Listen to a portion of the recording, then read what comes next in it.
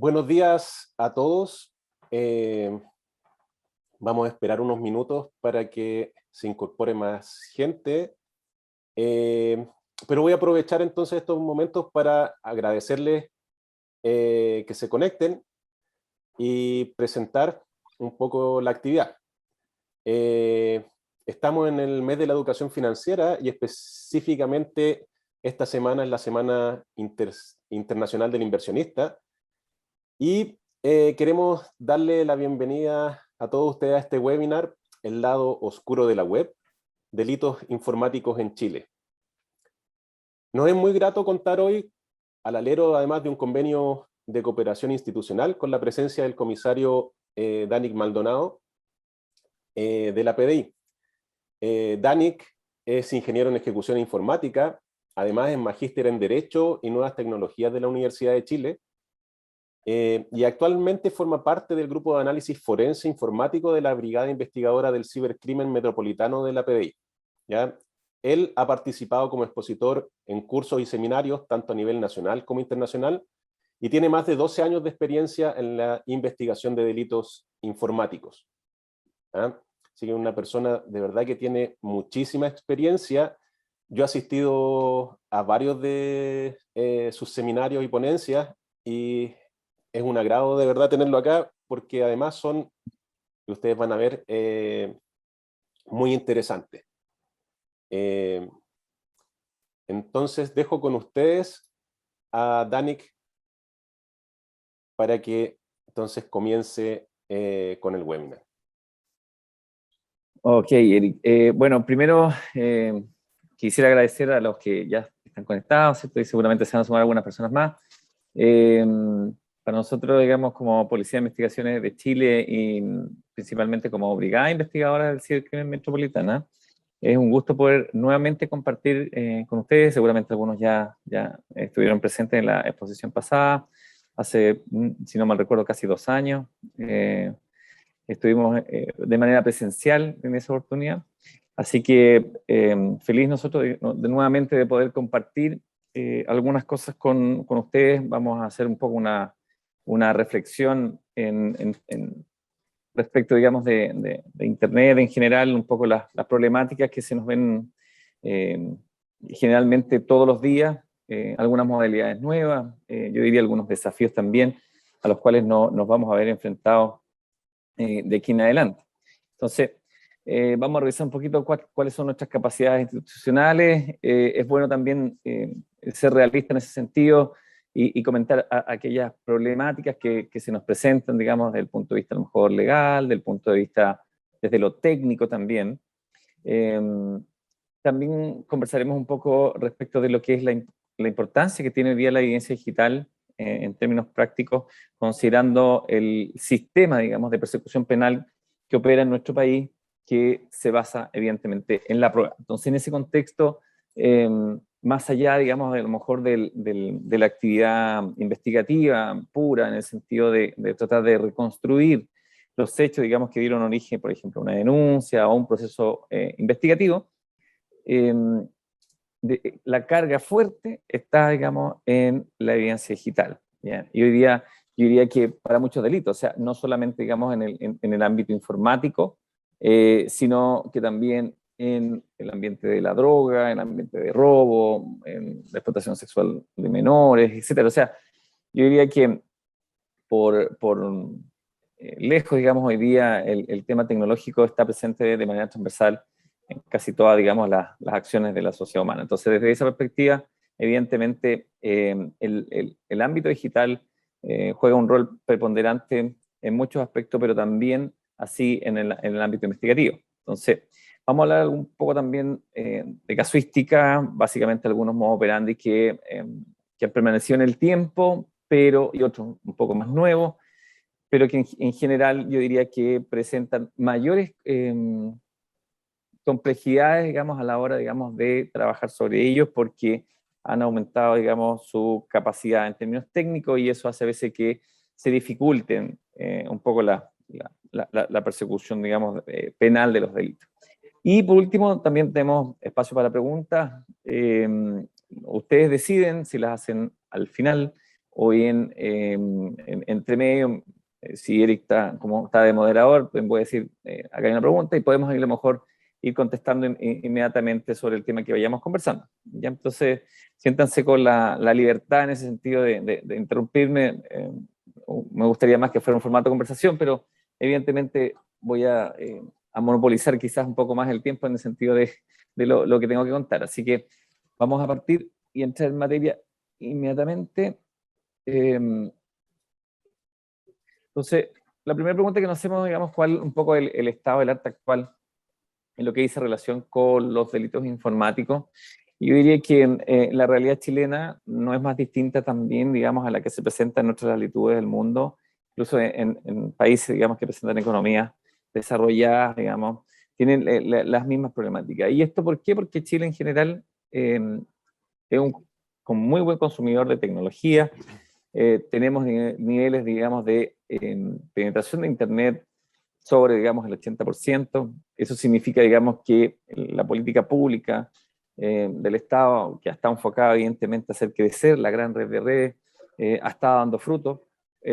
Y eso producto también de que se busca de alguna manera de avanzar en este proceso de democratización del acceso a la información. O sea, Internet evidentemente es el medio justamente para poder acceder al final del día a la información.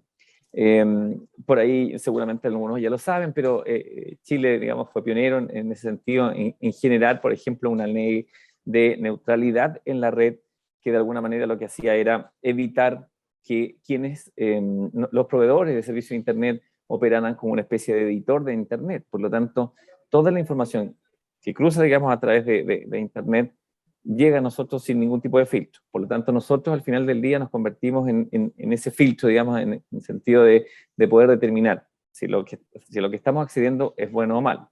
Ahora, en esa misma línea, evidentemente, el país está tratando de ir reglamentando, ¿cierto?, tipificando algunas acciones que son constituyentes de delito en el campo informático.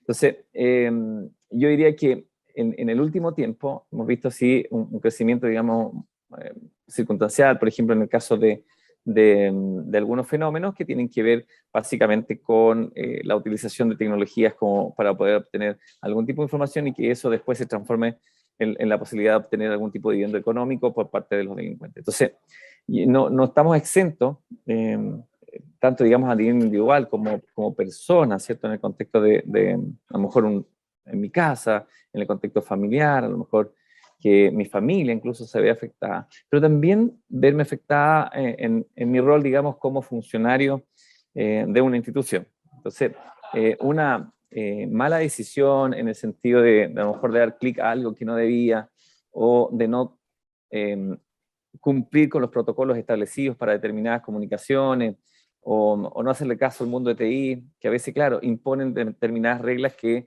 no resultan a lo mejor tan cómodas, digamos, para quienes estamos a lo mejor del otro lado de la vereda.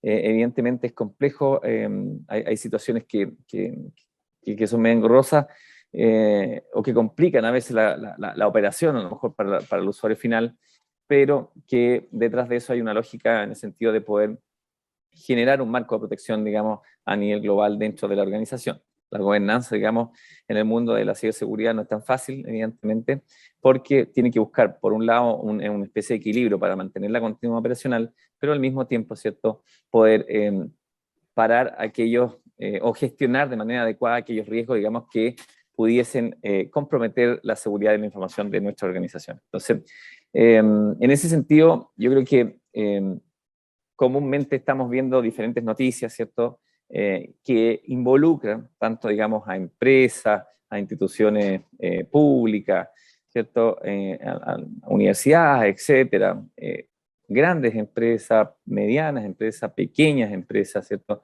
que se ven comprometidas por algún tipo de ataque informático, ¿cierto?, que finalmente por ejemplo, logró paralizar a lo mejor la operación de una institución, no sé, 2, 3 días, como vimos en el caso del ransomware que atacó el Banco Estado, por ejemplo, u otras instituciones, por ejemplo, que han resultado afectadas, por ejemplo, en el área de la salud.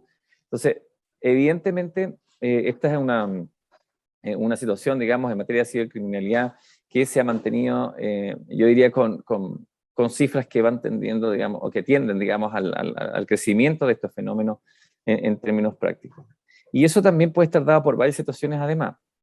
Por ejemplo, la misma pandemia de alguna manera favoreció que aumentaran algunas cifras, digamos, relacionadas con los delitos informáticos, porque piensen ustedes que tuvimos que llevarnos nuestro entorno a lo mejor laboral, desde la oficina a nuestra casa particular, y evidentemente desde esa perspectiva, las condiciones a lo mejor de seguridad desde el punto de vista informático, evidentemente no son las mismas que tenemos en la casa respecto de el entorno de seguridad a lo mejor que tenemos en la oficina. Evidentemente en la oficina existen, digamos, un trabajo que está dentro de un entorno bastante más controlado, con tecnologías que evidentemente ayudan o cooperan, digamos, a mantener justamente esta línea, digamos, de seguridad de la información. Sin embargo, en nuestra casa es más complejo. A lo mejor instalamos una VPN, ¿cierto? Pero a lo mejor no la actualizamos más, nuestras contraseñas a lo mejor pudiesen ser un tanto débiles, o utilizar alguna por defecto que se nos asignó en un momento determinado para un servicio específico, un correo electrónico, qué sé yo, la intranet, el Active Directory, etc. Entonces, evidentemente eso favoreció de alguna manera para que los ciberdelincuentes aprovecharan justamente esa condición para explotar algunas vulnerabilidades, ¿cierto? Y lograr su cometido final. También hemos tenido que situaciones en donde claramente, como yo decía, va aumentando, digamos, la posibilidad de que las personas, digamos, del territorio nacional puedan estar conectados al servicio de Internet, y eso también genera mayores probabilidades de que quienes se conecten se puedan convertir en víctimas. Y también el consumo de tecnología. Hoy día, en general, yo diría que niños incluso muy pequeños tienen teléfonos de alta gama que son muy caros por lo demás, pero que les brinda una serie de posibilidades de poder estar conectados, evidentemente, y a veces sin mayores cuidados. Nosotros a lo mejor a nivel del computador, de un notebook, etcétera, uno pudiese tener mayores conciencia, por ejemplo, de tener al menos un antivirus que sea gratuito, por ejemplo. Pero esa situación no se repite o no es tan clara cuando, por ejemplo, hablamos de nuestros teléfonos inteligentes. Entonces, nuestros teléfonos tienen menos medidas de protección en ese sentido. Pero por ese teléfono cruza también muchísima información, incluso sensible. O sea, el WhatsApp probablemente en muchas instituciones no se considera un canal formal para efectos de compartir información. Sin embargo, lo utilizamos de manera constante, a lo mejor compartiendo documentos que son propios o forman parte, digamos, del quehacer del, digamos, diario dentro de nuestras instituciones. Entonces, pudiese ser que sea o se transforme, por ejemplo, en un canal perfecto de que podamos perder cierta información y nos podamos convertir en víctimas. Entonces, en ese sentido, yo diría que en los últimos años se han ido incrementando las cifras en términos de la delincuencia informática, pero esta realidad en Chile, como les digo, no es diferente, ¿cierto?, a las que sufren en otros países. ¿Ya? Tienen los mismos niveles de ataque, no solamente que a lo mejor resultemos ser el fin último, digamos, del ataque, o el objetivo principal de un ataque, por ejemplo, sino que también seamos utilizados como una plataforma para poder atacar a otras personas, a otras organizaciones, a otras instituciones en otras latitudes del mundo. Entonces, de allí que es importante, digamos, estar más o menos monitoreando esta situación para poder ir gestionando de manera adecuada estos delitos, más bien informáticos en algunos casos, y en otros más bien que son delitos tradicionales, pero que utilizan, digamos, la tecnología como medio comisivo. Entonces, para hacer un poco la diferenciación, los delitos informáticos en Chile están tipificados aquellas figuras que constituyen delito en el campo informático, y eso está amparado por la ley 19.223, una ley que nació por allá por el año 93, tiene, yo diría, 4 artículos, una ley muy cortita, probablemente para esos años era una ley evidentemente bastante innovadora, a lo mejor porque ni siquiera estaba tan desarrollada Internet como la conocemos hoy, ¿no? Entonces, en términos generales, dentro del delito informático vamos a escuchar algunas acepciones como el sabotaje informático y el espionaje informático. Vale decir que tanto el sabotaje como el espionaje no son delitos específicos, por ejemplo, del tema informático, ¿ya? Esos son nombres que se acuñaron más bien en el campo digamos, de los tribunales, como para poder hacer una diferenciación entre aquellas acciones que a lo mejor estaban más bien dentro de lo que se conoce como sabotaje informático y otras que estaban del lado del espionaje, ¿ya? Informático. Entonces, esa era un poco la idea que se tenía a la hora, digamos, de acuñar estos nombres. Pero en general, hay acciones que, por ejemplo, como el ransomware, que tiene como finalidad secuestrar la información, ¿cierto?, de una institución, organización, empresa, de una persona en particular, con fines extorsivos para poder exigir después un pago para la entrega de esa información. Entonces, eso se enmarca dentro de lo que es, o se conoce como el sabotaje informático.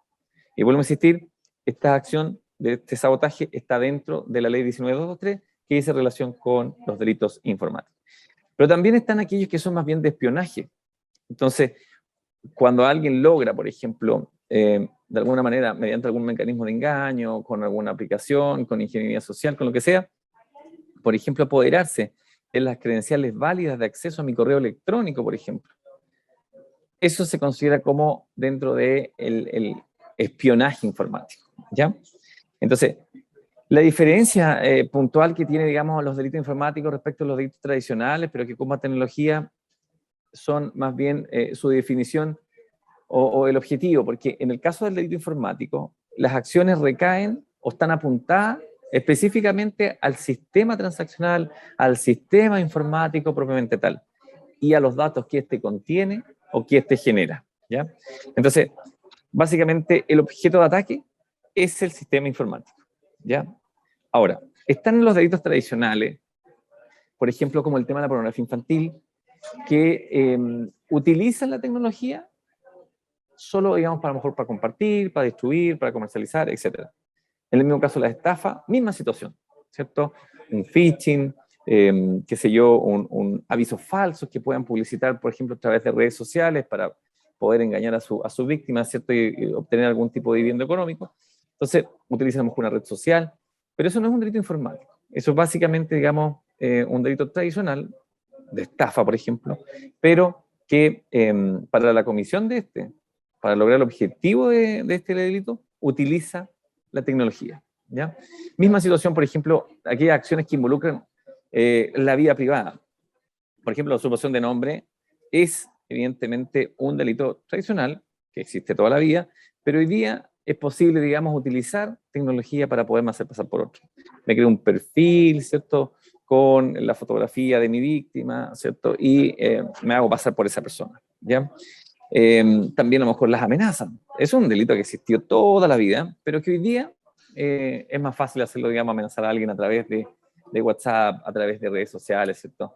Entonces, ya no tiene la persona que recurrir, como se hacía antaño, digamos, en que a lo mejor tenía que comprar un diario, ¿cierto? Y recortar las letras y pegar letra por letra para decir te voy a matar y enviar esa carta, digamos, por el correo a la persona. Entonces, hoy día es más fácil porque lo puede hacer de manera digital, digamos. Pero todas esas acciones como, que están dentro de lo que se marca como pornografía infantil, estafa en general, acciones que atentan contra la vida privada, evidentemente son más bien delitos tradicionales, pero que en ningún caso son delitos informáticos. Entonces, a veces se tiende un poco a confundir esa situación porque la persona dice, no, es que mira, me crearon un perfil falso, esto es un delito informático. No, es un delito tradicional nomás, común y corriente, solo que utilizan, digamos, nuevamente como medio de comisión la tecnología, que podría ser una red social, por ejemplo, ¿ya? En cambio, los delitos informáticos sí están tipificados en una ley especial, la ley 19.223, que actualmente incluso está haciendo, está en su tercer trámite constitucional, justamente para buscar, digamos, actualizar esa normativa conforme, digamos, a las nuevas exigencias, porque lleva muchos años, digamos, sin ser modificada, y eso hace también complejo, también, o puede afectar al final del día directamente la persecución penal de este tipo de delitos. Entonces, ahora, el panorama global, digamos, en términos de cibercriminalidad a nivel nacional, en términos muy breves, para poder perseguir de manera adecuada, digamos, el delito informático, se requiere necesariamente contar con un marco regulatorio que acompañe, digamos, la persecución. O sea, piensen ustedes que en el ámbito del derecho penal es estricto, digamos. O sea, si está escrito o está tipificado como un delito, entonces va a ser delito. Pero si no lo está, no se puede perseguir una situación que no sea constituyente de delito. Por ejemplo, hay varias acciones hoy día en el campo de, yo diría, del acoso cibernético. O sea, cuando una persona, a lo mejor casi de manera obsesiva, a lo mejor a través de redes sociales, envía mensajes a alguien, pero que esos mensajes en general no constituyen algún delito en particular que esté tipificado en nuestra normativa, podría eventualmente hacer la denuncia, pero lo más probable es que esa denuncia se archive porque no constituye delito. ¿Ya? Es una situación, digamos, bien común que la persona puede hacer la denuncia, pero al final del día lo más probable es que sea archivada porque no constituye delito. Entonces, allí la importancia, digamos, que tiene el contar con un marco regulatorio que permita justamente perseguir de manera adecuada, en este caso, este tipo de fenómenos al final del día. Entonces, ahora, ¿por qué es importante a lo mejor la realización de una denuncia? Yo creo que en el caso de ustedes es más fácil porque están sobre un sector, digamos, que está regulado. Entonces, yo siempre coloco como ejemplo, digamos, el mundo de la banca. Primero porque son los más atacados. Y segundo porque a partir, digamos, de algunos eventos importantes dentro del territorio nacional que ha afectado a algunos bancos en particular, la Comisión por el Mercado Financiero también han creado ciertas normativas o han generado ciertos canales o ciertas exigencias para que estas entidades puedan reportar, por ejemplo, incidentes relacionados con temas de ciberseguridad, a diferencia a lo mejor de otros sectores regulados o de otras instituciones que también son esenciales, que pudiesen ser críticos para el desarrollo del país, no están definidos como tal. O sea, no hay mayores regulaciones. Entonces, hoy día en Chile no existe la obligación de parte, digamos, que obliga, digamos, a las compañías, a las empresas, a instituciones a hacer denuncias, por un lado, tampoco a reportar los incidentes, a excepción de la banca, como decía, que tiene ciertas obligaciones en ese aspecto, pero que no están obligadas las demás compañías. Entonces, ¿eso qué produce? Produce por una parte que a lo mejor no podamos acceder rápidamente al modo operandi mediante el cual lo están atacando, que no se conozcan a lo mejor los indicadores de compromiso, los indicadores de ataque, ¿cierto? Que son a lo mejor información relevante que pudiésemos compartir con otras entidades de tal manera que a lo mejor poder mitigar o evitar, digamos, que otros también se conviertan en víctimas.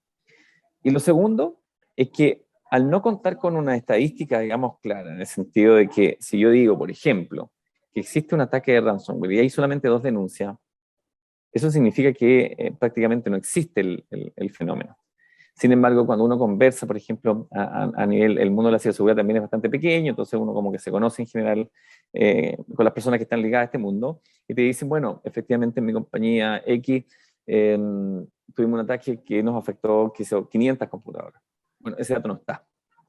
Por lo tanto, al no existir ese dato, desde el punto de vista estadístico, no se puede establecer de manera muy clara un poco lo que tiene que ver con el fenómeno, no se puede dimensionar de manera adecuada. Y eso también complica, por ejemplo, a la hora de actualizar una normativa, como en este caso la ley 19.223, ¿cierto?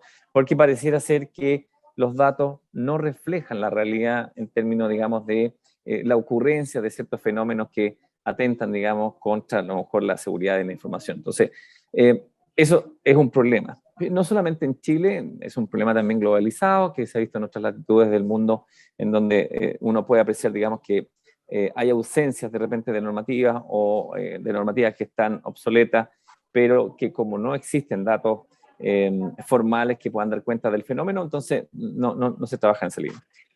Y ahora, otra complicación que también tiene el delito informático, que dentro de su característica, al ser transfronterizo, también genera una problemática. O sea, esto es como, tiene un poco las mismas características que tendría el narcotráfico, la trata de personas, los temas migratorios, etc. Entonces, el delito informático tiene una característica similar en ese sentido.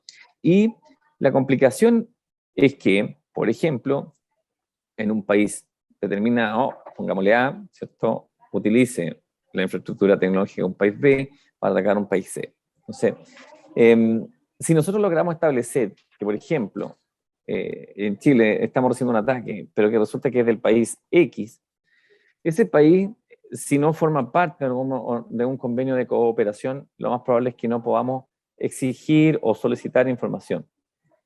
También puede ser que ese país donde están haciendo el ataque no tenga regulaciones respecto del tema digamos, de delito informático. Entonces, en muchos países se exige que exista como una especie de doble penalización, por decirlo de alguna manera, o sea, que sea delito en ese país y también sea delito en nuestro país. Entonces, yo puedo a lo mejor solicitar información, por ejemplo, a lo mejor de un ICP, o una empresa proveedora de servicios de Internet, a lo mejor al otro lado del mundo, pero a lo mejor ese país no tiene normativa que obligue a ese ICP, en ese país en particular, a entregar información respecto a un ataque en particular. Entonces, eso ya genera una complicación a la hora, digamos, de investigar.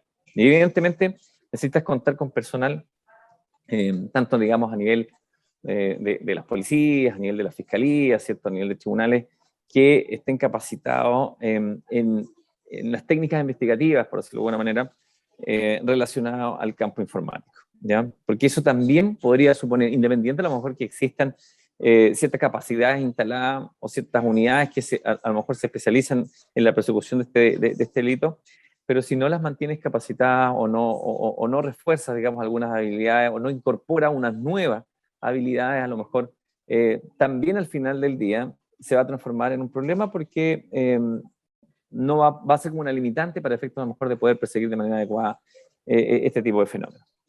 Y acompañado de eso, tiene que ir necesariamente una infraestructura adecuada, tecnologías, digamos, software, hardware, sistemas a lo mejor que de manera centralizada te permitan administrar o manejar la evidencia digital. O sea, es uno de los problemas, digamos, yo diría que tenemos, y todos los países en general tienen que ver con el cómo administrar grandes volúmenes de información que forman parte de procesos investigativos.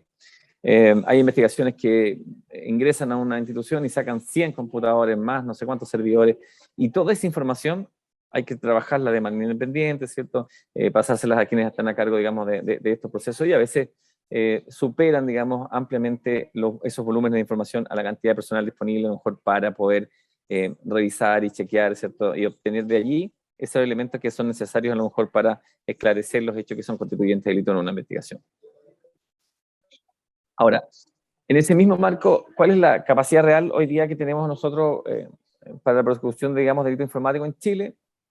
Bueno, la Policía de Investigaciones de Chile tiene hoy día 3 brigadas, una que está, digamos, en Santiago, nosotros que partimos el año 2000, somos la unidad más antigua, que tiene más años, ¿cierto?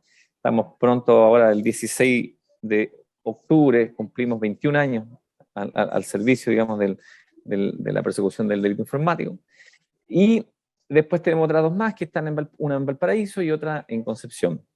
Y también tenemos un laboratorio de criminalística que tiene 2 áreas, un área de infoingeniería que básicamente hace extracción de información relacionada con los aparatos telefónicos, las tablets, etc. Y también tenemos un área, el info realiza análisis, digamos, de computadores y electro hace análisis de teléfono, tablet, etc. ¿Ya? Entonces ellos nos colaboran, digamos, en la extracción de información para los procesos investigativos. Ahora, también nosotros como Brigada de Investigadores del Crimen aquí en Santiago tenemos un grupo que está compuesto, digamos, por oficiales que todos son ingenieros. Entonces, lo que hacemos también es hacer análisis forense, pero en el marco, digamos, de las investigaciones que son propias de esta brigada. O sea, por ejemplo, si estamos investigando, por ejemplo, un ataque de ransomware al banco X, bueno, todo ese análisis forense no se lo pedimos a nuestros laboratorios, sino que lo hacemos nosotros mismos, digamos, como para poder tener una especie de autonomía en el proceso, digamos, investigativo y no tengamos que depender de otro grupo, ¿ya? Y también contamos con un Centro Nacional de Ciberseguridad, que quizás que muchos organismos tienen también, que básicamente está preocupado, ¿cierto?, de la gobernanza de la ciberseguridad a nivel institucional a lo largo del territorio nacional desde Arica hasta Punta Arenas. Pero también esta institución, o sea, más bien esta unidad, se vincula con otros servicios públicos, con empresas privadas, y lo están haciendo mediante la firma de convenios para justamente poder compartir a lo mejor indicadores de compromiso, indicadores de ataque, que favorezcan justamente el compartir ese tipo de información con la finalidad a lo mejor de poder adelantarnos a ciertos fenómenos que pudiesen estar ocurriendo en términos de amenaza y de esa manera minimizar las posibilidades de convertirnos en víctimas también como organización, porque eso también es relevante, ¿cierto? O sea, no solamente tenemos que perseguir a aquellos que cometen algún tipo de delito en el campo informático, ¿cierto? Y que finalmente terminan afectando a otros, pero nosotros también somos susceptibles de convertirnos en víctimas, sin duda. Entonces, tal como le decía al inicio, ¿por qué es tan importante esto de la evidencia digital a nivel de país? Bueno, porque nuestro sistema, ustedes bien recordarán que antiguamente era inquisitivo, entonces bastaba, digamos, a lo mejor que la persona que se estaban imputando determinados hechos, digamos, pudiese declarar que tenía responsabilidad en los mismos y por lo tanto, en base a eso, podía ser condenado, digamos. Hoy día no, hoy día una persona pudiese incluso decir, mira, yo fui responsable de esta situación, declarar, ¿cierto?, ante la fiscalía o ante la policía que realizó un determinado hecho, pero necesariamente todo ese proceso investigativo está parado encima de la prueba. O sea, si no hay una prueba, si no logran posicionar adecuadamente a esa persona, digamos, en el contexto del sitio de suceso que se está investigando, si no logran establecer mediante, digamos, la utilización de tecnologías, elementos digitales, que esa persona efectivamente tuvo responsabilidad en los hechos que se investigan, es probablemente no tenga una condena, ¿ya? De ahí la relevancia, digamos, el tema de la evidencia digital. ¿Y por qué es también relevante el cómo se debe tratar la evidencia digital? Se debe hacer mediante, primero, con personal capacitado, ¿cierto?, que maneje el tema tecnológico, con software, con hardware especializado en el ámbito forense, de tal manera de asegurar esa prueba. ¿Y por qué se requiere que sea así? Bueno, porque luego esa información, digamos, se entrega en los tribunales, ¿cierto? Sobre todo cuando vamos, por ejemplo, a juicio oral, y uno tiene que dar cuenta, digamos, de ese informe forense pericial que realizó o de esa investigación que llevó a cabo, pero además debe mostrar que técnicamente utilizó técnicas adecuadas para el levantamiento y el manejo de esa evidencia digital en particular. Entonces, ¿por qué? Porque se pueden generar dudas razonables en un juicio oral, por ejemplo, y terminar votando una prueba, derechamente.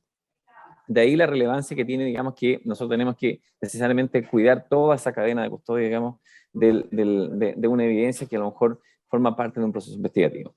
O sea, la idea aquí es que mediante estos protocolos, estas herramientas, ¿cierto?, nosotros podamos asegurar de manera adecuada, ¿cierto?, la evidencia digital, pero para generar esta convicción que requiere tener quien está juzgando, en este caso el juez, para evitar cualquier tipo de razonable.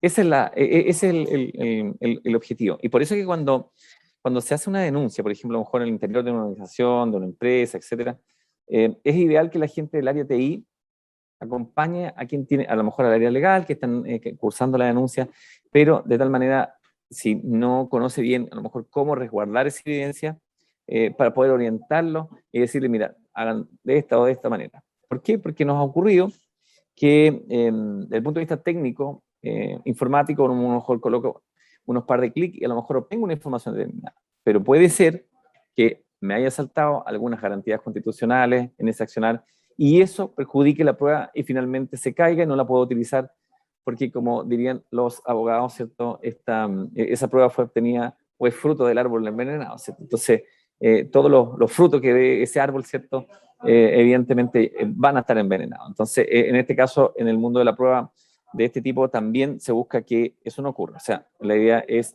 eliminar toda posibilidad de duda razonable. Afortunadamente, quienes participamos en este grupo de análisis forense informático, que generalmente estamos yendo a juicios orales, nunca hemos tenido un problema en donde se coloque en duda la pericia que ya hemos realizado en un contexto, digamos, de una investigación que nosotros mismos llevamos, ¿ya?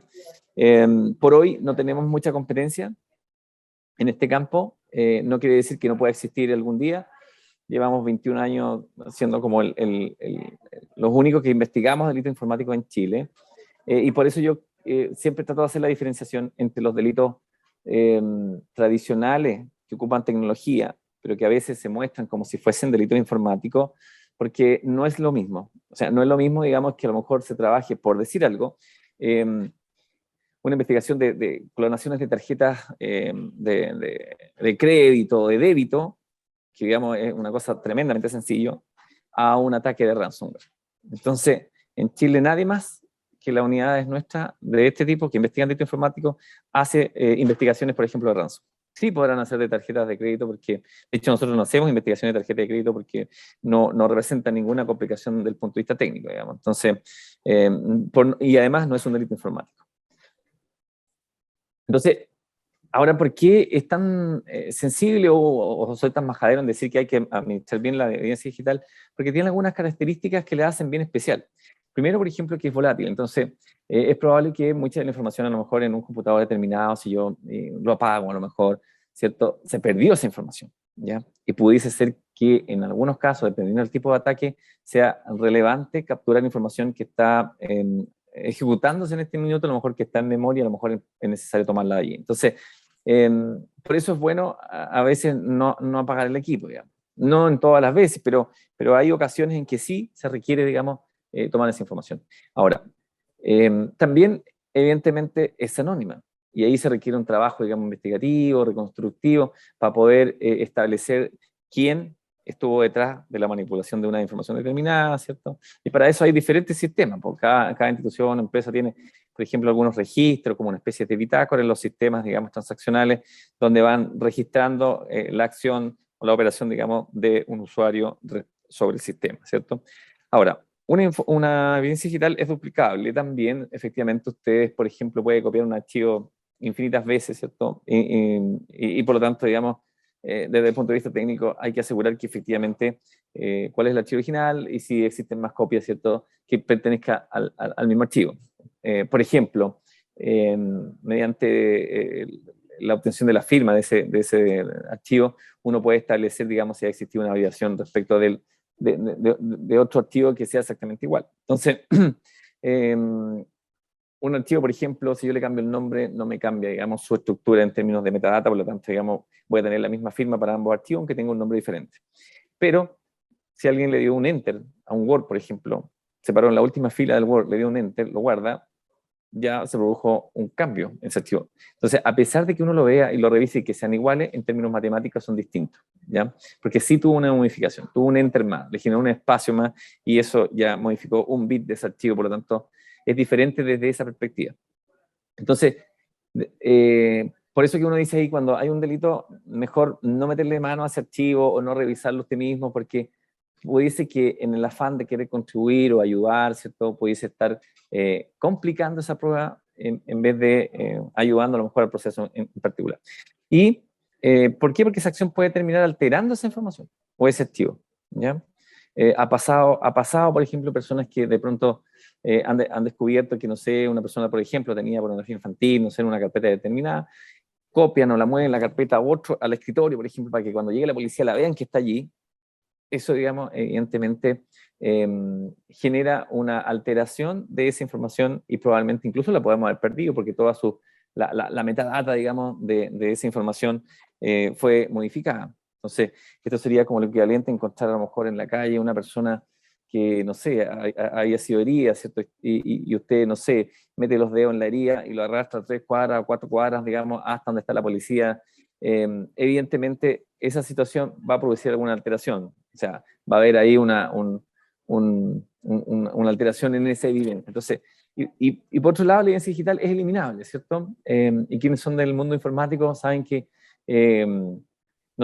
ese botón derecho eliminar no es una eliminación exactamente en términos prácticos, pero sí, digamos, si yo obviamente utilizo un martillo ahí, tal como se ve en la foto, y le pego a lo mejor esa placa madre, lo más probable es que la información efectivamente se pierda, ¿cierto? De más está decir que, por ejemplo, esa acción que acabo de mencionar, si yo golpeo un disco duro con un martillo, no constituye un delito informático, en ningún caso. Ahí se ha discutido latamente, digamos, en el mundo a nivel doctrinario, digamos, y ese sería un delito de daño, pero en ningún caso un delito informático, ¿ya?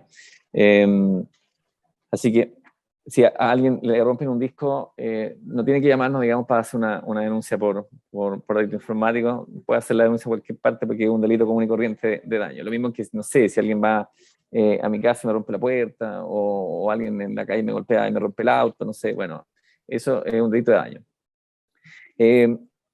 En general, cuando hay algunas denuncias, hay sitios de suceso que son más bien tradicionales y a lo mejor incluso quien está haciendo la denuncia puede identificar claramente a lo mejor elementos donde pudiesen estar alojados, información que pudiese ser relevante o pudiese ayudar o contribuir a aclarar los hechos que son materia de investigación.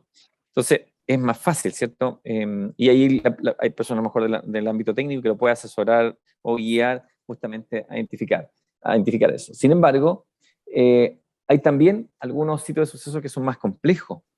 Por ejemplo, sobre todo en organizaciones, a lo mejor como la de ustedes o la mía, ¿cierto? Que tienen un ecosistema, básicamente, de ciberseguridad global que involucran muchos servicios, ¿ya? Entonces, ahí uno requiere tener, obviamente, un personal especializado, en el caso de la policía, para poder también entender si estamos hablando de un ataque, a lo mejor, no, insisto, de ransomware, a lo mejor saber qué es un IPS, un IDS, un disco U, o sea, un antivirus, sistema de correlación de eventos, de sistema operativo, base de datos, o sea, conocer el lenguaje de programación, redes, etcétera. O sea, necesariamente se debe contactar con personas que manejan, digamos, todo esto. A lo mejor hay SOC, no, qué sé yo, áreas de ciberinteligencia dentro de la empresa para poder obtener información que es relevante dentro, digamos, de un proceso investigativo o de un ataque como el que estamos comentando. Entonces,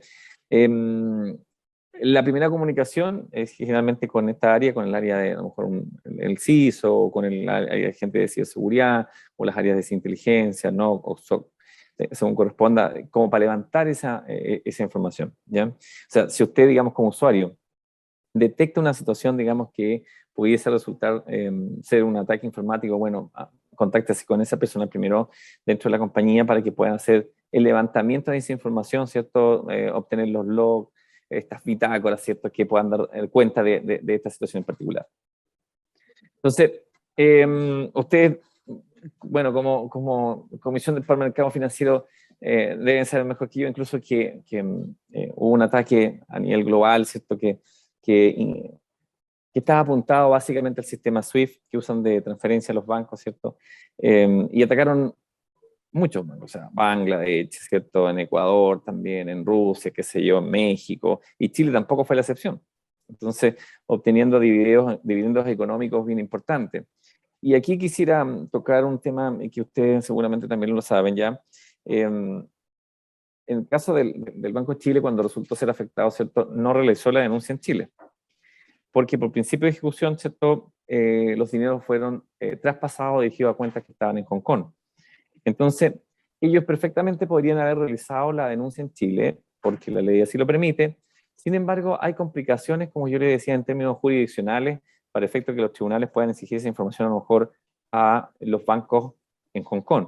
Entonces, Banco de Chile tomó la decisión de iniciar la acción legal específicamente en ese país. Y obviamente llegaron, por lo tanto, el proceso investigativo fue realizado, digamos, por la policía de allá. Y en ese contexto, ellos lograron establecer esta empresa media fantasma, digamos, donde habían los directores de esta empresa eran personas que residían en China, pero que desde el punto de vista, digamos, legal, tampoco iban a lograr la extradición, por decirlo de alguna manera, de estas personas en China para juzgarla en Hong Kong. Entonces, al final del día, lograron esclarecer un poco los hechos en términos de la dinámica, pero la recuperación del dinero vino por el lado más bien de los seguros que estaban asociados. Entonces, en Chile, si se hubiese realizado esa denuncia, hubiésemos llegado a establecer lo mismo, digamos que ocurrió, que el ataque fue de allá, etcétera, pero no hubiésemos podido hacer absolutamente nada más, ¿ya? Entonces, de ahí la complicación que tiene, y lo conecto, digamos, con esta característica principal que tiene el crimen, que es transnacional, y evidentemente dificulta al final del día la posibilidad a veces de persecución de alguna acción constituyente en este campo. Ahora, si tuviésemos que hablar un poco de tendencias, por decirlo de alguna manera, yo diría que sigue siendo todavía como mecanismo principal o punto de entrada el phishing, digamos, como una forma de poder acceder a mucha información. O sea, esto no ha cambiado, esto sigue desde mucho tiempo, pero sí, lo que sí hemos establecido que los phishing en general, hoy en día, desde el punto de vista técnico, son muy sofisticados. Por lo tanto, tienen medidas para efectos de evitar temas relacionados con técnicas forenses. Tienen también algunas técnicas que evaden la posibilidad de que sean advertidos por quienes están siendo víctimas de un ataque. O sea, por ejemplo, ha pasado que siempre por ahí, cuando hay que pagar las contribuciones o cuando se viene, no las contribuciones, cuando hay que pedirle la devolución de impuestos, generalmente sacan algún fichero relacionado con el servicio de impuesto interno. Entonces, pero el servicio de impuesto interno no lo ve. Desde sus redes ellos lo buscan, no lo ven. Vienen a la policía, yo lo busco acá también, tampoco lo veo. Pero si lo busco desde mi casa, sí lo veo. Entonces también ellos utilizan mecanismos que han ido, digamos, de alguna manera generando algunas capas de protección para evitar ser detectados. Entonces, pero hay, digamos, en este caso, phishing que son tremendamente desarrollados, que son básicamente modulares, que tienen diferentes funciones, que permiten, digamos, concretar ataques bastante importantes. Entonces, en el caso del phishing, podría, por ejemplo, robar perfectamente datos personales, o sea, dirección de correo electrónico, ¿cierto? Datos de localización, también temas financieros, ¿cierto? Mi número de mis cuentas, mi tarjeta de crédito, mi tarjeta de débito, etcétera. O a lo mejor de algunos registros que yo pueda tener en algunos sitios de e-commerce, por ejemplo, ¿cierto? Entonces, también podría, mediante phishing, obtener las credenciales de acceso a mi sistema, a lo mejor, de correo electrónico, a mis diferentes perfiles que yo pueda tener en distintas redes sociales. Entonces, pero ¿cómo lo distribuyen? Mediante correo electrónico, redes sociales, también por SMS. Yo creo que a muchos le ha llegado por ahí que usted tiene, por ejemplo, una cuenta bloqueada en el banco X, usted no es cliente de ese banco. Y viene una dirección que además viene acortada para que usted no pueda ver adecuadamente que esa URL no es la del banco en particular. También llamados telefónicos, ¿ya? También se producen estafas mediante llamados telefónicos. Y además, el phishing podría traer aparejado, por ejemplo, la posibilidad de que yo cuando le doy clic a un determinado enlace, me lleve, por ejemplo, a un sitio que simula, en términos de estéticos, de diseño, ¿cierto?, a el portal online que tiene mi banco, ¿cierto? O bien, al hacer clic, yo pueda a lo mejor estar descargando algún código malicioso que pudiese, por ejemplo, tomar control a lo mejor de mi computadora, que pueda a lo mejor activar la webcam, que pueda activar a lo mejor el micrófono, que pueda exfiltrar la información que pueda estar contenida en ese dispositivo del cual fue infectado. Incluso, hoy día está bastante de moda también, de que con algún tipo de virus o código malicioso puedan tomar parte de mi procesador de mi computadora para formar parte de una red botnet y participar en procesos de minado, por ejemplo, de criptodivisas o criptomonedas, ¿cierto? Que son difíciles de detectar porque no ocupa toda la totalidad, digamos, de la capacidad de procesamiento que tiene esa máquina.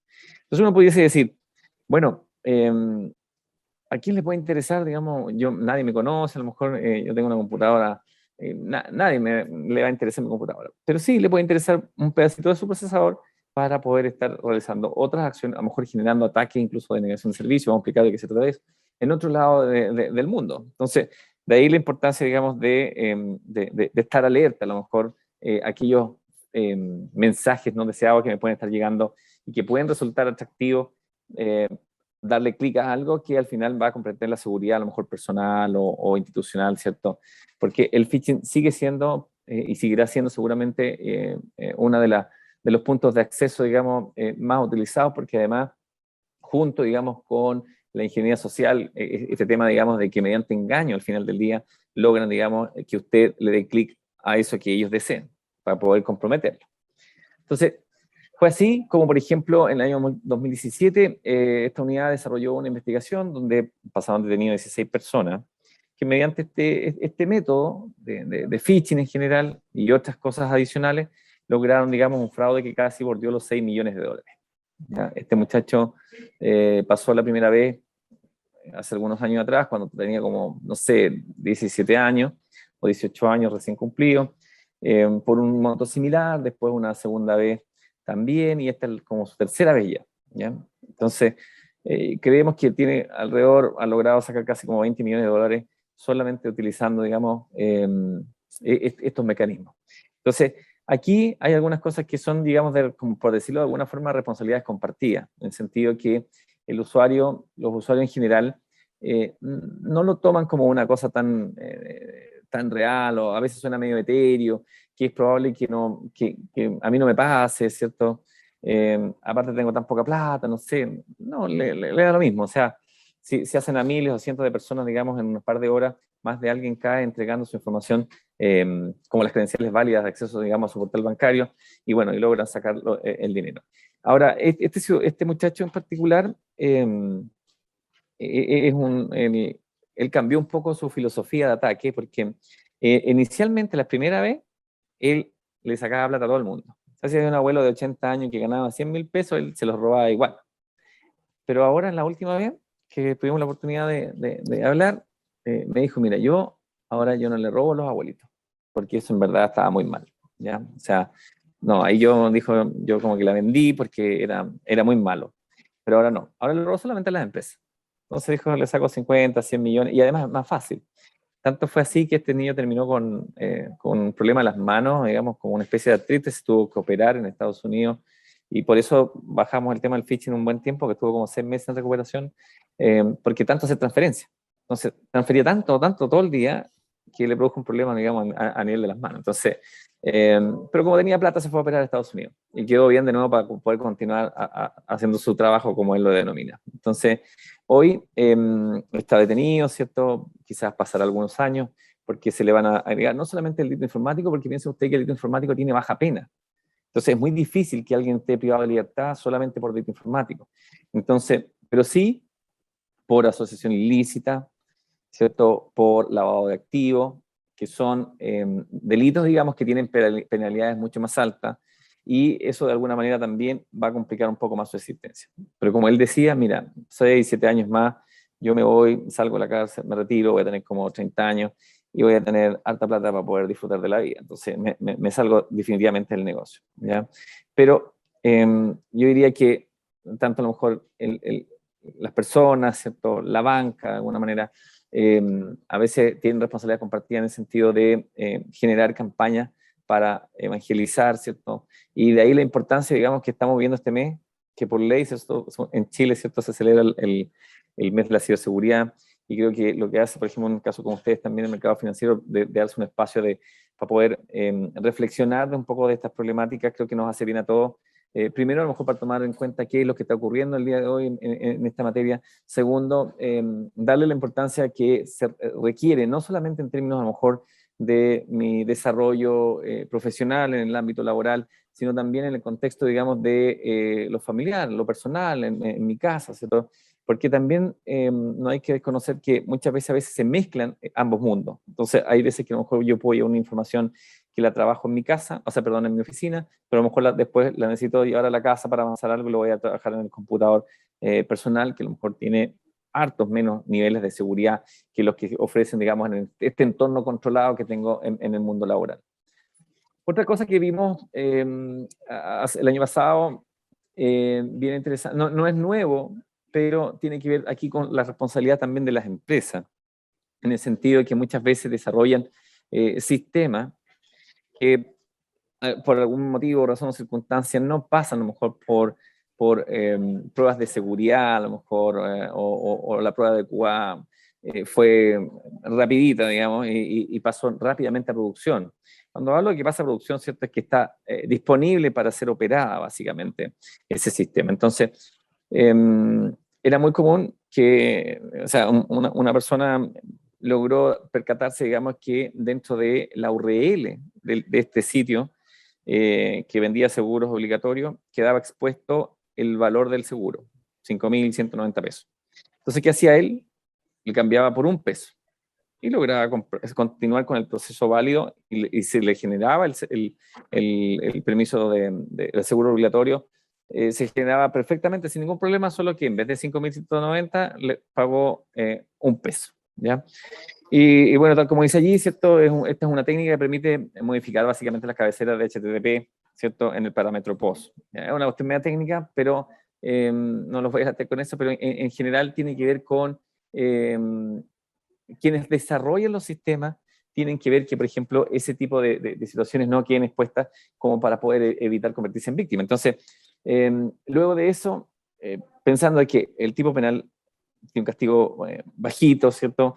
El impacto que tiene al final del día es grande, pero se podría haber evitado perfectamente a lo mejor al haber hecho un análisis de seguridad más acabado en este desarrollo en particular.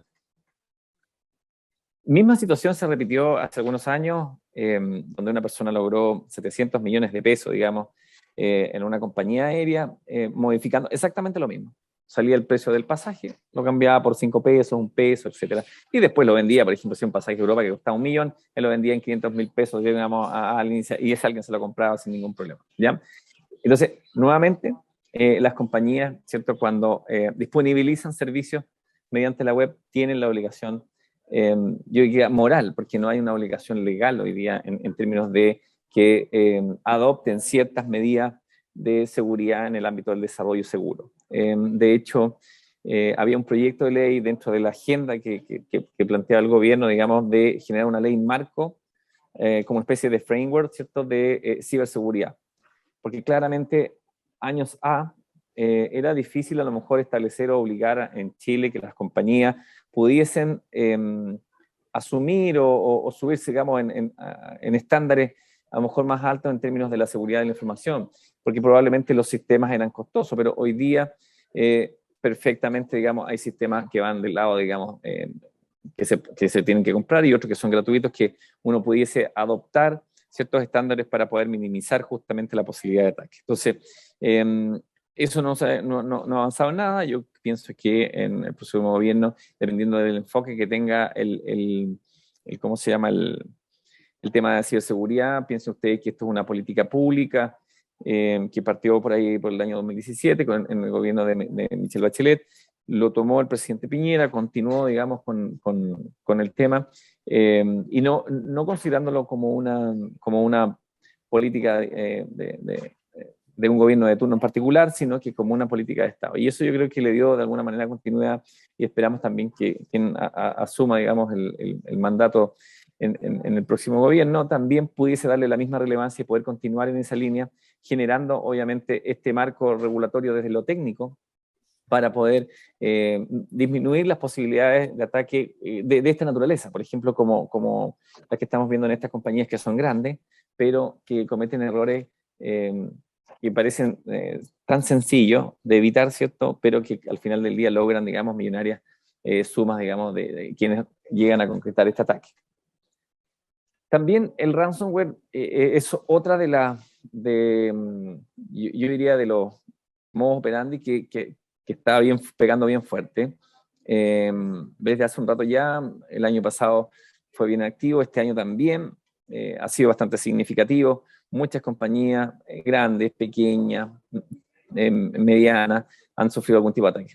Es más, las empresas pequeñas tienen ese discurso de que yo nunca pensé que iba a resultar ser atacado porque yo soy tan pequeñito que a quién le importa, digamos. Entonces, no, es que ese es el tema. O sea, nosotros desde el punto de vista de la ciberseguridad, en la medida que estemos conectados a Internet, que tengamos sistemas operando, nos pueden ocupar de trampolín para cometer algún ataque o bien derechamente secuestrar nuestra información y que puede ser vital, entonces nosotros vamos a terminar accediendo al pago. Ahora, ¿cuál es la complicación en el caso de ransomware? Que el ransomware del último tiempo es demasiado sofisticado. Entonces, el cifrado, por decirlo de alguna manera, de la información, que es lo que complica, ¿cierto?, para efectos de mantener continuidad operacional dentro de una organización, es lo último. O sea, antes de eso, hubo alguien que, por ejemplo, dio clic a un phishing y bajó un código malicioso. Ese código lo que hizo es comenzar a generar ciertas acciones de persistencia, o sea, va al sistema operativo y se queda ahí, le dice que cada vez que enciende el computador, vaya nuevamente a su comando control, ¿cierto?, que va a estar parado en cualquier parte del mundo para poder activarse y volver a operar. Y también va a hacer que a lo mejor cuando se ejecute solo en memoria. Entonces ya no utiliza el disco tampoco. Los famosos ataques failés son ataques, digamos, bien sofisticados, y ahí cabe la importancia de tratar de hacer dumping esa memoria o capturar esa memoria cuando está ocurriendo el tema, porque lo contrario, después que apaguemos ya no va a haber nada, digamos, que rescatar allí. ¿Por qué? Porque esta información es volátil, ¿cierto? Solo está operando mientras está encendido. Entonces, también hay acciones que buscan, digamos, moverse lateralmente hacia otros dispositivos dentro de la red, otros servidores, a veces afecta también los servidores de respaldo de la información. Entonces, es bastante complejo. Y terminan, por ejemplo, generando programando algunas tareas, por ejemplo, de hacer copiados de archivos, de mover la información a otro lado, de comenzar a hacer el cifrado, etc. Pero para luego borrar toda esa información, ¿cierto? Y que quede limpio el computador. Incluso tienen capacidades hoy día que antes no las tenían, ¿cierto?, de exfiltración de la información. Eso significa que tienen la capacidad de no solamente cifrar, sino que también ya de sacar la información de la organización, se la llevan y lo cifran a nivel local, básicamente para lograr esta extorsión. Entonces, hay muchas compañías que de pronto dicen, sí, efectivamente fuimos afectados y logramos establecer que no nos sacaron ni un solo archivo. Entonces, uno ahí se pregunta, quienes conocemos el punto de vista técnico y quienes sabemos cómo operan este tipo de ransomware en particular tan avanzado, cómo lograron establecer esa situación. Y después pasan algunos años y publicitan la base de datos de la entidad tanto, en la entidad tanto. Entonces ahí uno dice, ah, sí, o sea, sí lograron sacar la información, digamos. Entonces, pero ya como pasaron algunos años, todos olvidan, digamos, que esa entidad dijo que no le habían sacado absolutamente nada. Entonces, el ransomware hoy día constituye un dolor de cabeza importante por la complejidad técnica que tiene, porque los atacantes están siempre parados fuera del territorio nacional, ¿cierto? O están al otro lado del mundo en países que tienen regímenes, digamos, que es imposible, digamos, de solicitar información desde el punto de vista técnico. Entonces, es difícil, digamos, que a Corea del Norte le pidamos una información, ¿cierto?, que nos entregue quiénes se están conectando y quiénes nos están atacando, ¿cierto? Es muy difícil, por no decir imposible. Entonces, por eso es que es mejor, o más barato, no sé si más barato, pero es más sencillo a lo mejor tomar medidas preventivas en vez que, digamos, tomamos medidas post-mortem en términos investigativos, porque a lo mejor vamos a estar más limitados en ese sentido. Pero, nuevamente, el punto, a lo mejor focal, pudiese resultar ser un phishing, digamos, y comprometer toda la seguridad de la institución. Mi acción personal, simplemente por no darle la importancia a estos temas, o no cuestionarme, a lo mejor, que si no es un correo de trabajo, o sea, y que yo tenga claridad que efectivamente es del trabajo, le doy clic nomás, pudiese comprometer toda la compañía. Entonces, también fue difícil en el caso, por ejemplo, del Banco Estado establecer, digamos, quién fue el responsable, digamos, de ese clic.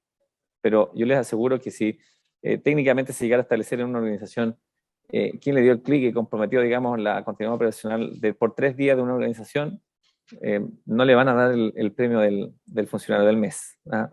Entonces, de allí nuestra importancia de entender que nosotros también formamos parte de esta cadena, digamos, de ciberseguridad. A lo mejor yo puedo decir, mira, yo trabajo en el área X y no tengo nada que ver con la ciberseguridad. Sí, mi acción tiene que ver o contribuye, digamos, a mantener la higiene digital en el entorno de la ciberseguridad. Entonces, también los ataques de negación de servicio han sido un tema. Yo diría que van disminuyendo, qué sé yo, porque de alguna manera ya hay empresas que ofrecen servicios para poder contener ese tipo de situaciones. Pero en general, los ataques de negación de servicio dicen relación, ¿cierto?, cuando un ciberdelincuente, mediante un sistema automatizado, ¿cierto?, genera cientos, miles y millones, digamos, de solicitudes por segundo a un servidor con la finalidad de que éste no pueda contestar, y evidentemente se va a caer. ¿Ya?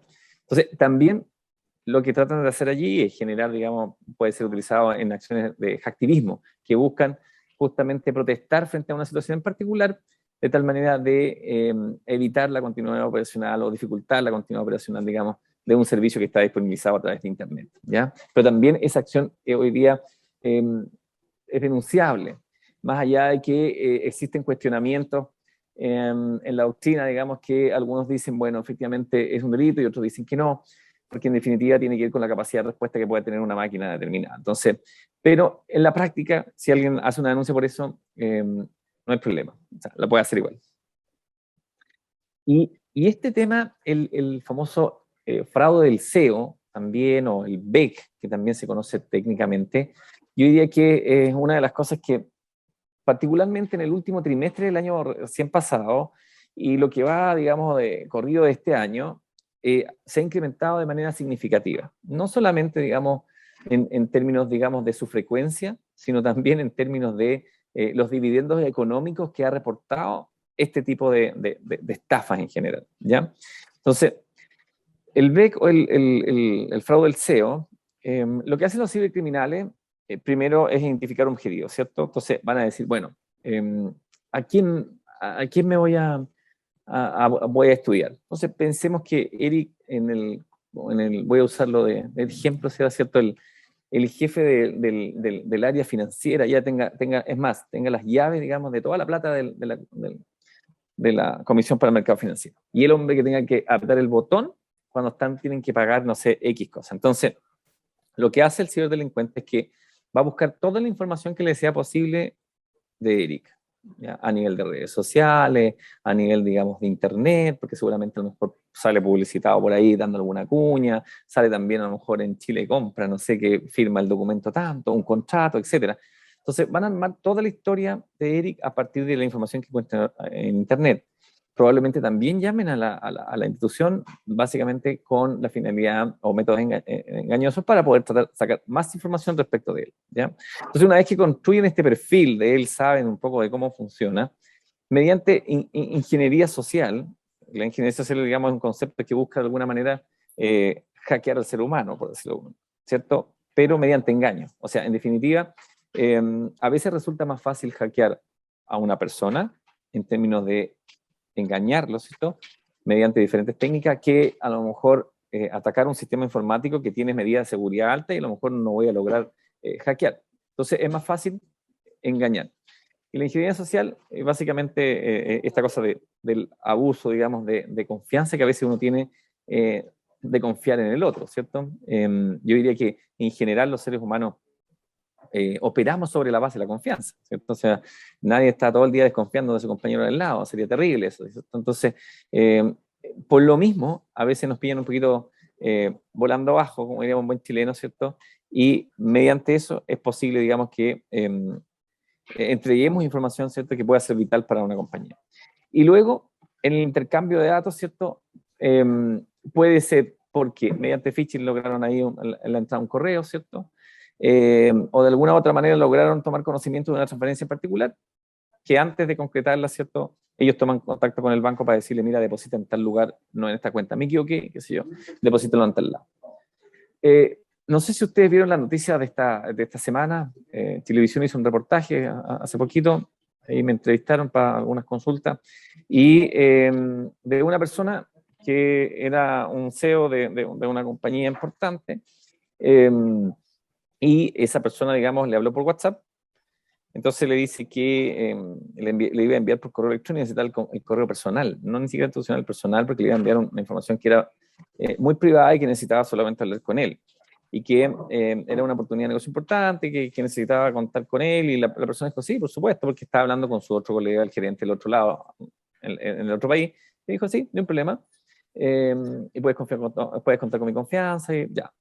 Y al final dijo, oye, tenemos la plata suficiente, mira, necesito como 1.000.000, o sea, 1.200 millones de pesos, digamos, porque vamos a comprar una empresa por aquí, pero una cuestión así muy reservada y todo.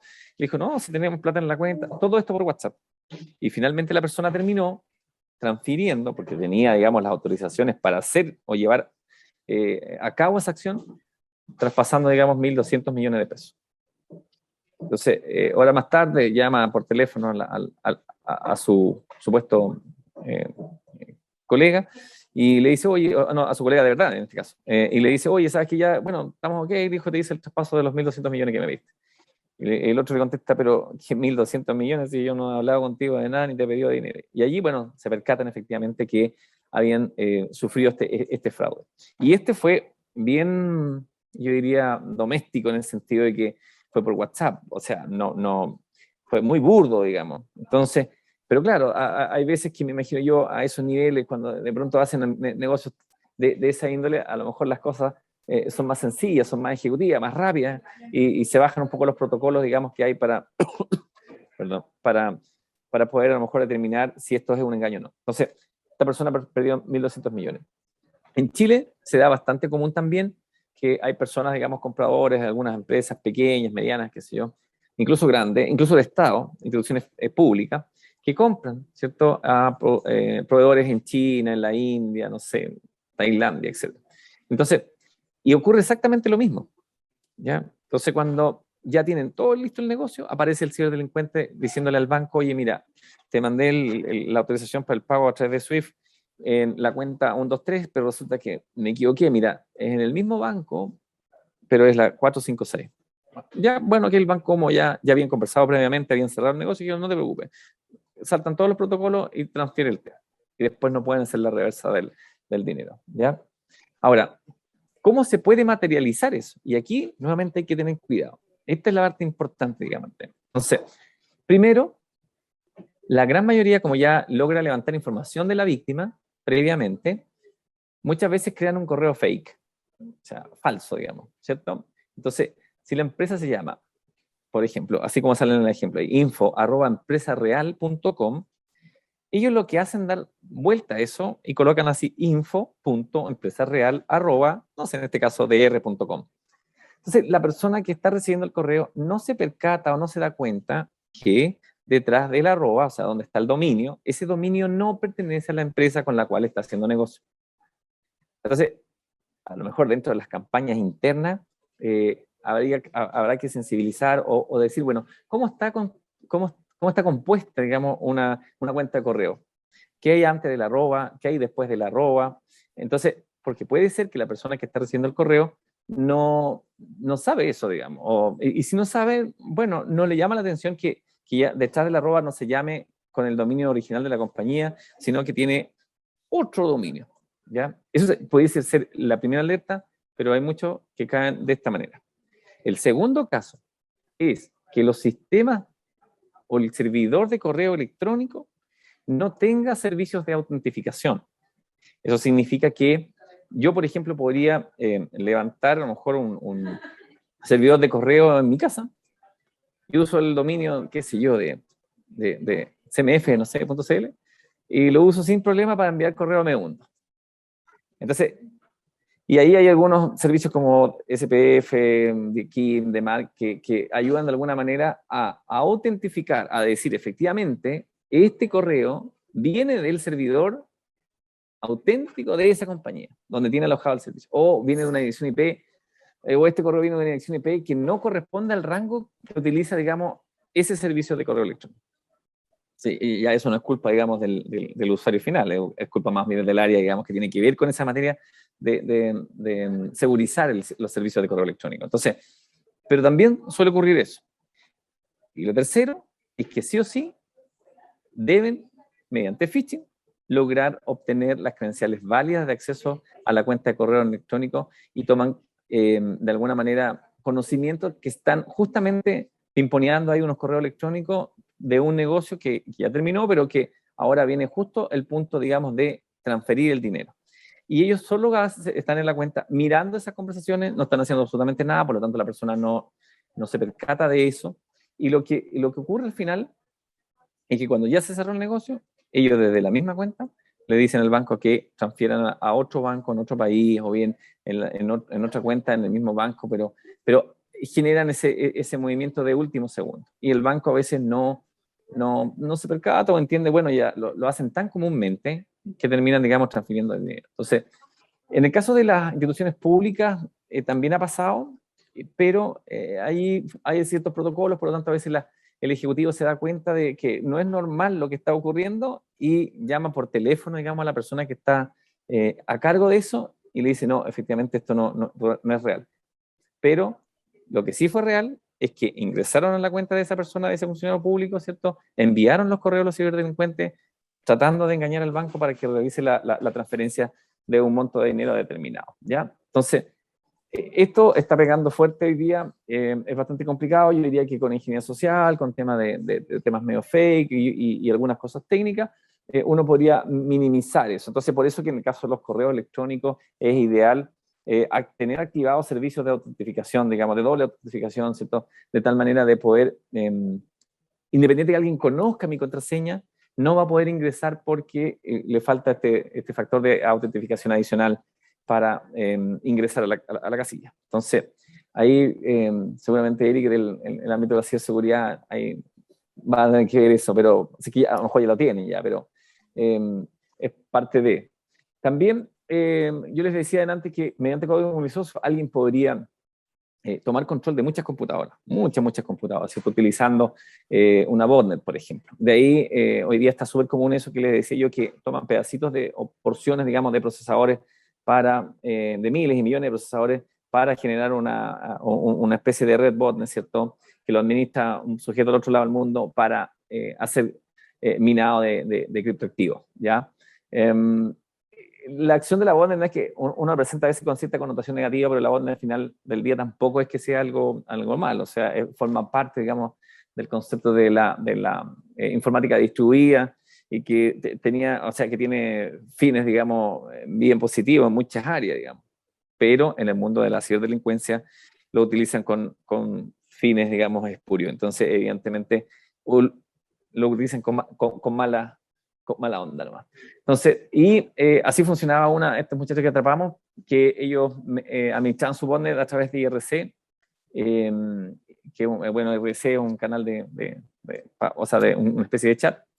Entonces, ellos administraban su botnet de esa manera. O sea, todos los computadores infectados, digamos, mediante comandos, podían saber exactamente qué estaban haciendo, ¿cierto? Grababan toda la información, sacaban la información del equipo, me grababan con la cámara hacia mí, pero también grababan lo que estaban viendo en el escritorio del computador.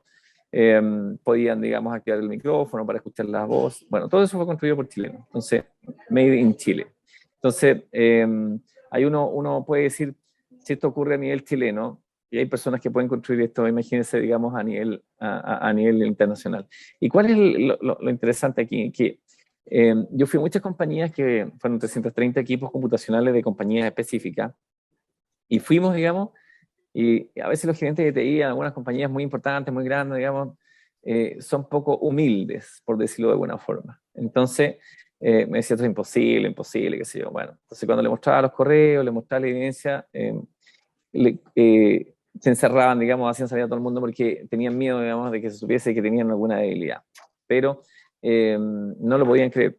Y yo le decía, el problema es que además son chilenos, ni siquiera, digamos, de otro lado del mundo. Entonces, de ahí la importancia, digamos, a lo mejor de una cosa tan sencilla como no darle clic a algo, o pensar 2 o 3 veces, digamos, darle clic a un correo que pudiese resultar de interés, pero si no está en el contexto, digamos, de mi trabajo, a lo mejor yo podía comprometer la seguridad, vuelvo a insistir, de toda la organización.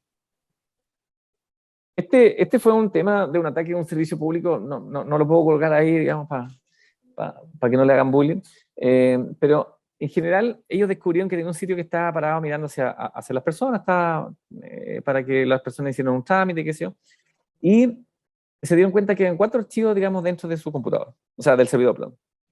Y dentro de eso había, por ejemplo, unos archivos que eran un JPG, 2 PHP y un JSP. Entonces, obviamente había que revisarlo. Entonces yo le pregunto a la gente en el área informática, le dije, oye, pero ustedes ya le echaron una miradita, sí. Pero le dije, sobre una máquina de Linux, me imagino. No, acá en una máquina de Windows. Pero en Windows no se abre la foto, sí, mira, no se puede ver.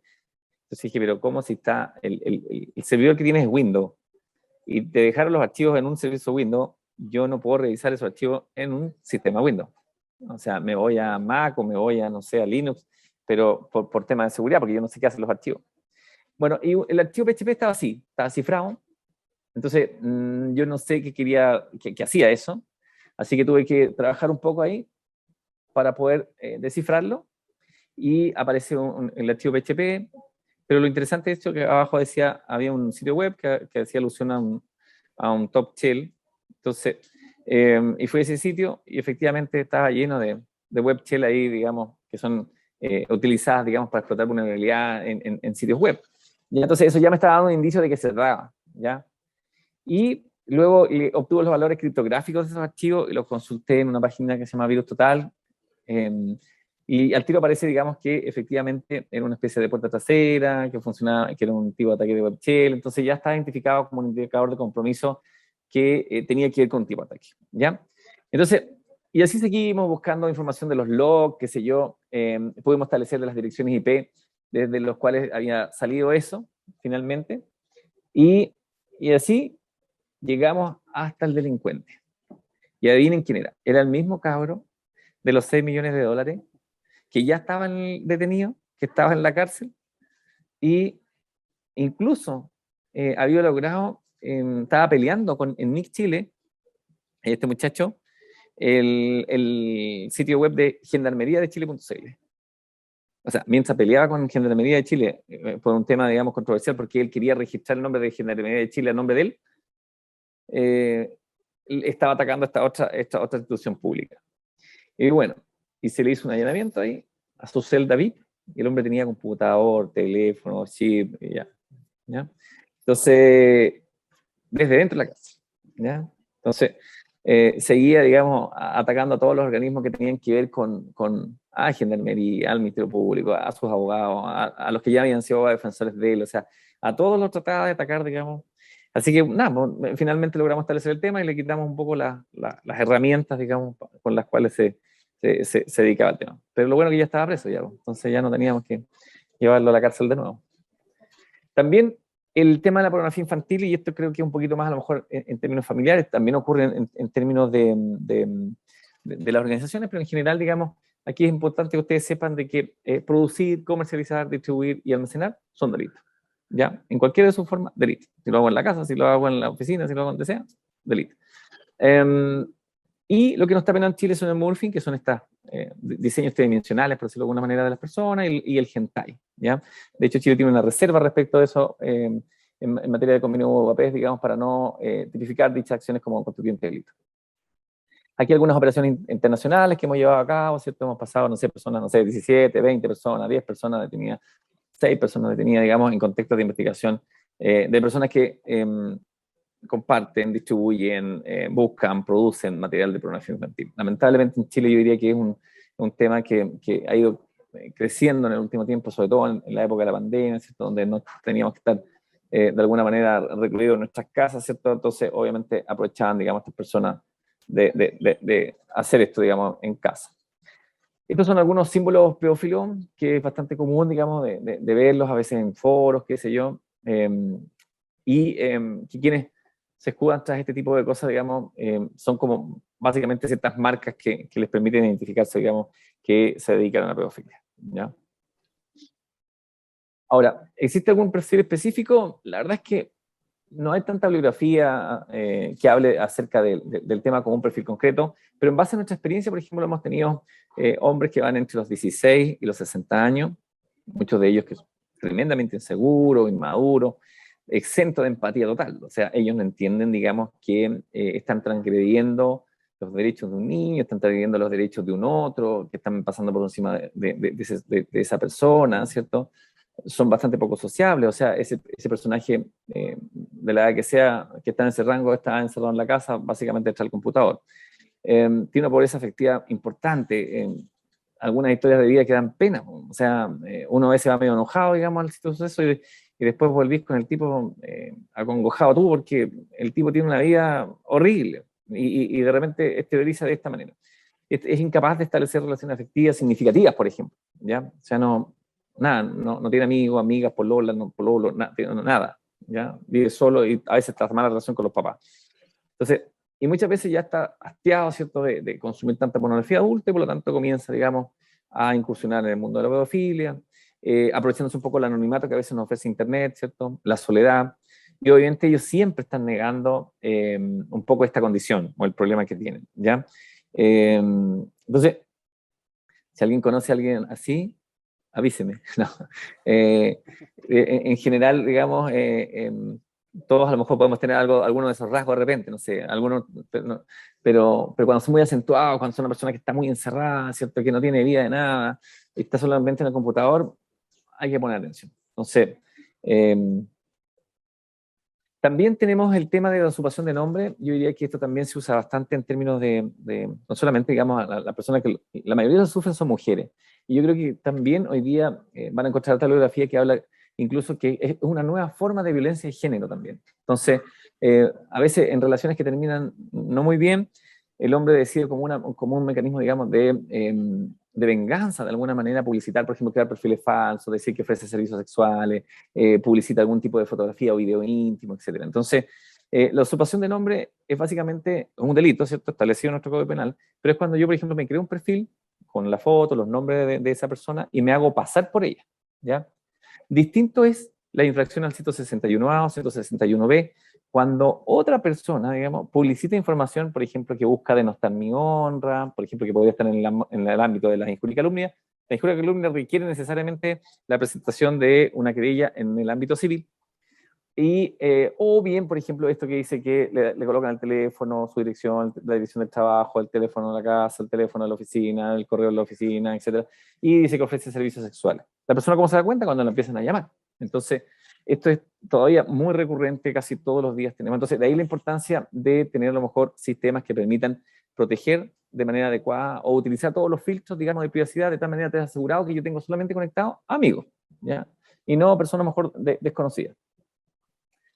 Entonces, seguramente, no sé si vieron hace unos par de días atrás, un sujeto que mediante canje les ofrecía como un canje para hacer publicidad a algunas niñas o mujeres influencers que tenían muchos seguidores, y le ofrecía como una especie de desayuno gratis para que él pudiera publicitar, le hagan publicidad de su negocio, pero finalmente lo que hacía era que le enviaba un link y en ese link capturaba, digamos, de alguna manera las credenciales válidas. Muchas personas utilizan las mismas credenciales, o sea, una misma clave para muchos servicios, para el banco, para el perfil en Facebook, para el perfil tanto para el correo electrónico. Entonces, claro, creaban un perfil en este sitio que le enviaba esta persona y colocaban una contraseña que finalmente calzaba, era la misma, digamos, de algún servicio y él empezaba a explotar. Y dentro de eso encontraba, por ejemplo, fotografías desnudas, a lo mejor, o que compartía con sus parejas y aprovechaba de extorsionarlas, digamos, ¿ya? Más de 30 personas detenidas. Este joven tiene 29 años, la ha extorsionado y está en prisión preventiva, etcétera.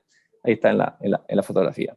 Y el muchacho que está de terno azul es el gestor de esta investigación, un detective nuevo, recién llegado, que hizo, digamos, una excelente investigación. Y, por último, tenemos también el SIM swapping, y esto hay que tener mucho cuidado, muchas personas cuando están, esto es puro engaño, o sea, no hay ninguna cosa muy técnica aquí detrás, es solo engaño.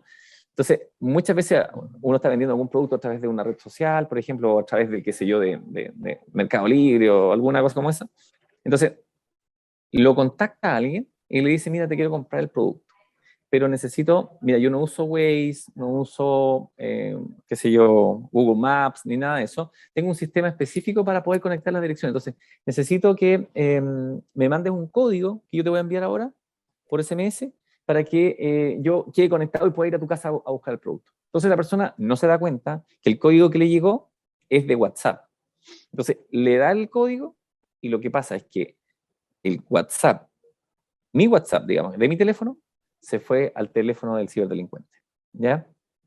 Bueno, eso ocurre con demasiada frecuencia, entonces hay que estar alerta allí. Si me piden un código, digamos, que me llega por esa vía, fíjense y lean bien, si no se trata del tema del SIM swapping, digamos. ¿Y qué pasa allí? Que ahora, bueno, después de tantos casos, digamos, WhatsApp generó la opción de, a las 12 horas, usted se mete a whatsapp.com, busca ahí cómo recuperar su WhatsApp, siempre le va a enviar, le da unos pasos allí, y después de 12 horas le envía un código para poder retornar el WhatsApp desde del teléfono del delincuente nuevamente al teléfono de la víctima, ¿ya? Y otra cosa que también se da es el famoso Zoom bombing, que son estas típicas, igual que ahora, es como que alguien aquí aparezca, ¿cierto?, tome control de esta reunión y publicita un video, por ejemplo, de pornografía infantil o pornografía adulta, que ha pasado muchísimas veces, ¿ya? Entonces, debo felicitar a Eric porque a mí me ha invitado a muchas partes y siempre entro directo a la reunión. Aquí no, o sea, de hecho, entré primero como un espectador, tenía todo bloqueado, luego me autorizaron para quedar como moderador y poder tomar control de la pantalla. Entonces, son cosas mínimas a veces que podemos hacer, pero son necesarias para poder evitar de convertirnos en víctimas. Entonces, atento con eso. Así que, como reflexión final, y simplemente vuelvo a reiterar lo que decían antes, que independiente que nos trabajemos en el área de ciberinteligencia, en el área de ciberseguridad, en el área, no sé, del SOC o del NOC, etcétera, cualquier área, digamos, relacionada con el mundo tecnológico, nosotros somos parte de esa cadena de ciberseguridad, formamos nuestra accionar, también puede comprometer esa seguridad. Entonces, nosotros somos también responsables de los efectos que puedan tener una mala acción, digamos, o no, una acción no reflexionada frente, digamos, a un incidente de ciberseguridad. Y por eso, bueno, es importante tomar algunas medidas, sobre todo, por ejemplo, tener la autentificación en nuestros correos, usar contraseñas fuertes, una contraseña para cada servicio, etcétera, copias de seguridad, no descargar código malicioso, o más bien archivos que a lo mejor pudiesen bajar de un sitio que no es el recomendado y que pudiese generar algún riesgo, ¿ya? Solamente muy cortito, ya saben que Chile está incorporado dentro del convenio de Budapest. Ese convenio, digamos, es un convenio que obliga a Chile, digamos, a poder regularizar algunas materias en el ámbito penal, y de hecho, o sea, tanto en el derecho sustantivo como en el derecho, digamos, procesal penal. Y de hecho, por eso es que la ley 19223 hoy día se encuentra, digamos, justamente en su tercer trámite constitucional, porque se está discutiendo justamente la actualización de la ley, pero es en base a lo que nos propone el convenio de UAP. En Chile ya hay algo de eso, todo lo que está en blanco ya como que está dentro de nuestra legislación, lo que está en rojo no, o sea, el abuso dispositivo, el fraude informático, no están considerados de manera exacta, pero la nueva ley busca, digamos, ajustar a esos tipos penales de manera correcta, ¿ya? Y eso son 60 países a nivel global hoy día que permite de alguna manera, primero hay un canal de 24/7 que nos permite solicitar o preservar información digital al otro lado del mundo, a la espera de que se emitan las cartas rogatorias, ¿cierto? O mediante los mecanismos o protocolos de asistencia legal mutua, etcétera, para pedir esa información, ¿ya? También el CECID es el equipo de respuesta a incidentes, digamos, del Ministerio de Interior, con el cual, digamos, desarrollamos algunas campañas en conjunto, o generalmente nos estamos comunicando para compartir información o indicadores de compromiso, básicamente, que puedan tener relación con investigaciones que estamos llevando a cabo, ¿ya? Y a nivel internacional, evidentemente, tenemos, digamos, no convenios, pero tenemos comunicación o nos articulamos, digamos, con estas compañías, empresas, instituciones de otros países, porque evidentemente es tremendamente relevante, digamos, generar espacios para la cooperación y obviamente generar estas alianzas tanto públicas como privadas, ¿ya? Una sola cosa quiero decir, que en el caso de Facebook y todas estas compañías que están paradas fuera del territorio nacional, hoy día han ido cambiando un poquito su materia en términos de privacidad de los datos, por lo tanto, casi para toda la gran mayoría de situaciones están exigiendo orden judicial. Entonces, si alguien me envía una amenaza a través de Facebook, puede hacer la denuncia sin ningún problema, pero es posible que tengamos una problemática a la hora de exigir esa información si es que la Fiscalía no logra obtener una orden judicial para obtener los datos del suscriptor de ese perfil en particular, ¿ya? Ese es un tema que estamos viendo ahí, porque estamos tremendamente complicados en ese sentido, porque no siempre es posible conseguir una orden judicial, porque no siempre el tipo penal da el ancho, digamos, como para pedir una medida de estas características. Entonces, no siempre es tan fácil. Así que hay una modificación de la ley en el ámbito de la ley de las telecomunicaciones que se está desarrollando, la cual fuimos invitados a exponer también nuestra perspectiva. Entonces, probablemente eso significaría modificar un poco ese tema, porque hoy día Facebook, Instagram y WhatsApp, que son de la misma compañía, no nos entrega información sin una orden judicial aduciendo a nuestra propia normativa interna como país. Entonces, de ahí estamos entrampados ahí, digamos, con esa situación. Entonces, la idea es también de que cuando hay una denuncia, a veces la persona se siente desilusionada, en el sentido de dice, oye, pero no llegaron en ninguna parte. No es que no lleguemos a adrede, sino que hay limitantes, digamos, en términos jurisdiccionales, en términos de acceder a esa información, o técnicos también, que nos impiden a veces poder continuar más allá con un proceso investigativo. Y finalmente, estos son algunos desafíos que tenemos, ¿cierto? El tema de las criptomonedas, que también son utilizadas dentro de delitos informáticos, los distintos códigos maliciosos que están apareciendo, la Deep Web, que también es un espacio que permite ciertos niveles de anonimato y por lo tanto también son explotados, digamos, por el mundo de los ciberdelincuentes, la utilización de a lo mejor de inteligencia artificial, ¿cierto?, para el desarrollo de este tipo de situaciones, ¿ya?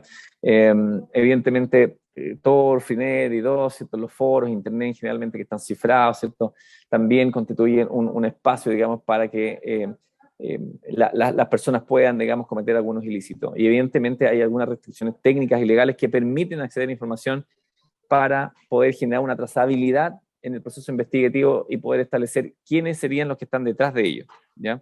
Entonces, esas son nuestras complicaciones en el mundo de hoy del mundo del ciberdelito. Así que, nada, pues muchísimas gracias. No sé si alguien tiene por ahí alguna pregunta, Eric. Gracias, Dani. Mira, no han llegado preguntas, pero yo Pregunta, tengo sí. algunas preguntas. De hecho, de las cosas que hablaste, una vez, por ejemplo, por haber comprado algo mediante Correos de Chile, y haber entrado mis datos, por ejemplo, después en una de estas filtraciones aparecieron algunos datos míos y también lo mismo apareció con una institución donde había hecho una compra, pero la compra también está asociada, ¿cómo se llama? Los datos del vendedor, o sea, del vendor. Después se filtraron años, ¿cómo se llama? Después, y por suerte, obviamente, la información de las tarjetas que aparecían ahí ya estaban caducadas, etcétera, pero de la experiencia que me ha tocado vivir, eh, he podido ver que al final el link, como decías tú, y te encuentro toda la razón, que más fácil o más débil somos nosotros al final las personas. Y es mucho más fácil engañarnos a nosotros que al final las máquinas. Acá, por suerte, en la CMF, a partir de un tiempo ya hay una política de ciberseguridad, concursos, pequeñas... Todo este tema, por ejemplo, los correos, nos tuvimos que meter y nos enseñaron un poco de forma remota qué cosas ver y con preguntas para tratar de ver si es que uno entendía e iba dándose cuenta de estas pequeñas cosas que alertan de que es un posible, ¿cómo se llama? Correo fraudulento, etcétera. Te quería preguntar, sobre todo en estos últimos 2 años en que tuvimos que quedarnos mucho en las casas y la gente tuvo que hacer muchos de sus trámites mediante, ¿cómo se llama? Medios digitales. Eh, ¿Qué es lo que más ha aumentado en términos de delito? ¿Y O sea, cómo la yo gente diría, se puede proteger? mira, yo creo que en el caso puntual en estos 2 años, por ejemplo, o sea, derechamente, ransomware, el tema del BEC, el tema del phishing en general, han sido los que marcan las puntuaciones más altas en términos de frecuencia, ¿ya? Y eso, en el caso de phishing, digamos que después tiene como derivada a lo mejor diferentes tipos de acciones. O sea, por ejemplo, muchos de ellos también, que no son delitos informáticos propiamente tal, pero que afectan, por ejemplo, la vida privada. Entonces, hubo mucha pérdida, yo diría que de datos, información al final del día. Entonces, y allí, nuevamente, hay situaciones que son compartidas, en el sentido de que hay algunas que son más bien por desconocimiento, a lo mejor, o por eh, mal uso de repente o no informado de parte de las personas que a lo mejor cometieron un error al darle clic a algo. Pero también yo diría que todavía falta mucha conciencia a nivel de instituciones, a nivel público, a nivel privado, y uno lo ve aquí a través de las investigaciones. ¿Por qué? Porque tú, por ejemplo, y te estoy hablando de instituciones que a veces manejan datos muy sensibles y tienen un sistema, digamos, que presenta vulnerabilidades y esos datos finalmente terminan siendo expuestos. Entonces, yo creo que lo más terrible sería que nos vayamos como normalizando esa situación en el sentido de que, bueno, está publicado. Imagínate Rutificador. Rutificador tiene todos los root actualizados y lo más penoso es que, por ejemplo, además está actualizado. Porque, por ejemplo, tú te cambias a lo mejor de lugar de votación y en Rutificador te lo actualiza inmediatamente.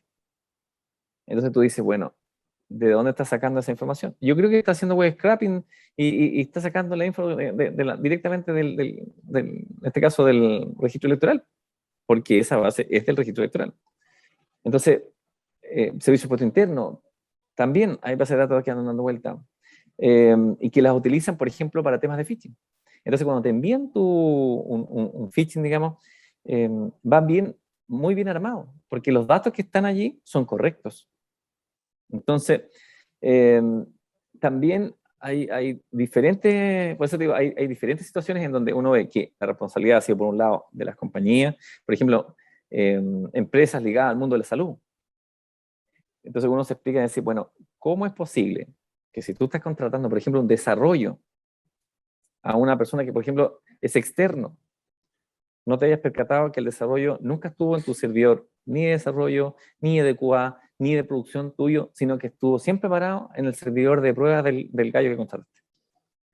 Entonces tú dices, a toda la línea de mando, desde el gerente máximo hasta al jefe directo de ese personaje, dice, pero nadie se da cuenta, nadie. ¿Dónde están los códigos fuentes? No los tenemos porque los tiene él. Y la base de datos también. Entonces, ese tipo de situaciones, yo te digo, o sea, no solamente falta una conciencia a lo mejor o más desarrollada en las personas, sino también a nivel, digamos, de empresas, de instituciones. Yo me alegro de verdad cuando de repente veo cosas tan sencillas. Por eso yo te decía, te felicitaba por el que me dejaste ahí en espera y me pasaste, digamos, porque no siempre es así. Entonces hay cosas que se pueden evitar de manera muy, muy, muy sutil, pero hay otras que ya escapan a lo mejor, porque son de índole técnico, escapan a las personas. Pero yo creo que pero sí, efectivamente, en el último tiempo, en el último año, ¿no? Ha crecido enormemente, digamos, estos fenómenos que te digo, y que también se han traducido al final de exposición de información masiva, y ya no dando vueltas. Danik, aquí mira, tengo una consulta y a propósito además de que estamos en estos días, ya ni me acuerdo si es Cyber Day o algo, pero uno de estos Sí, sí. dice, ¿qué tan seguro es registrar las tarjetas de crédito en comercios formales? Así como Esa, Mercado Libre o esa, similares. esa es una excelente pregunta. Y no sé si tengo la respuesta correcta para eso, porque de pronto uno se ve medio obligado a utilizar, digamos, la tarjeta en ese tipo de sistemas de compra. Uh-huh. Yo en lo personal generalmente la agrego cuando quiero hacer una compra específica, solo para la compra específica, ¿ya? Ahora, eso no asegura que la compañía se quede con mi dato, que lo deje registrado por ahí, ¿cierto? ¿Qué sé yo? Y lo otro que he utilizado bastante, o sea, evito, digamos, derechamente, si no es necesario, no dejo la tarjeta ahí en ningún caso, pero la que utilizo siempre, siempre, siempre es la modalidad virtual de la tarjeta. Yeah. Eso lo utilizo siempre. Entonces, cuando recién partió ese tema, había compañías que tú metías esos datos y no te funcionaban bien, o qué sé yo, pero ahora yo compro siempre, por ejemplo, digo, ya voy a comprar, por decirte algo de $100. Entonces, me creo mi tarjetita con los $100, me registro en esa página ultra, no sé, que ni la conozco, gasto mis $100, aparece en mi tarjeta de crédito y listo. Pero evidentemente yo diría que si lo llevamos a nivel local, en términos de los negocios formales, yo siempre creo que hay que partir de la perspectiva de que a lo mejor ellos van a cuidar el negocio y dentro de eso está el tomar ciertas medidas, ¿cierto?, que aseguren, por decirlo de alguna forma, el manejo adecuado de ese tipo de información. Sin embargo, no hay mientras estemos operando a través de Internet, uno nunca puede hablar de un 100% de seguridad. Por lo tanto, eso significa que evidentemente la compañía, a pesar de tener ciertas capas de seguridad, pudiese tener una en que a lo mejor se produjo o quedó como una especie de puerta, digamos, para poder explotar esa vulnerabilidad y terminamos sacando las tarjetas. Porque piensas tú que en un ecosistema de seguridad que es tan grande a veces, hay intermediarios, hay empresas que son externas, entonces controlar todo eso a veces no resulta tan fácil. Entonces es probable que en alguna de esas cadenas se produzca algo que a lo mejor alguien no cumple un protocolo y a lo mejor se pudo fugar información. Pero contestando la pregunta, yo creo que en general, cuando es formal y todo, estas empresas hacen un esfuerzo para poder minimizar esa posibilidad, pero no en ningún caso, digamos, la eliminan 100%.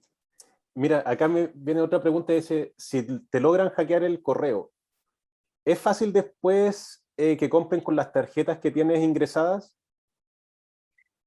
Bueno, sí, de hecho pasa mucho y a los papás que tienen niños pequeños, a lo mejor, o no tan pequeños, pero que tienen consolas de juego, por ejemplo. Hay veces que tienen agregado, por ejemplo, las tarjetas de crédito, por ejemplo, en la plataforma de esa consola.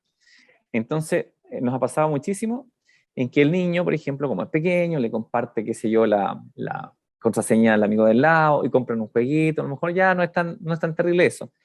Pero ha pasado que también hay personas adultas que son delincuentes, que se meten y saben que hay niños, y de alguna manera los engañan, ¿cierto? Y le dice, compárteme tu contraseña, yo te voy a regalar, no sé, X poder para tu mono, no sé qué, y le pasan la contraseña y terminan, digamos, reventando la tarjeta, digamos, al final del día, no solamente con compras de juego, o sea, de juego, cuentas, etc. Entonces, efectivamente, si yo tengo información sensible, eso es lo otro, que a veces uno, revisando computadores o revisando correo electrónico, la gente tiene una fotito de la tarjeta de crédito por los dos lados, en el correo electrónico, en el computador. Entonces, claro, eso también constituye un riesgo, porque si me logran, o por ejemplo, incluso, por ejemplo, fotografías o videos íntimos guardados a lo mejor en correo, claro, ¿y qué pasa si alguien logra acceder a eso y saca esa información y la publicita?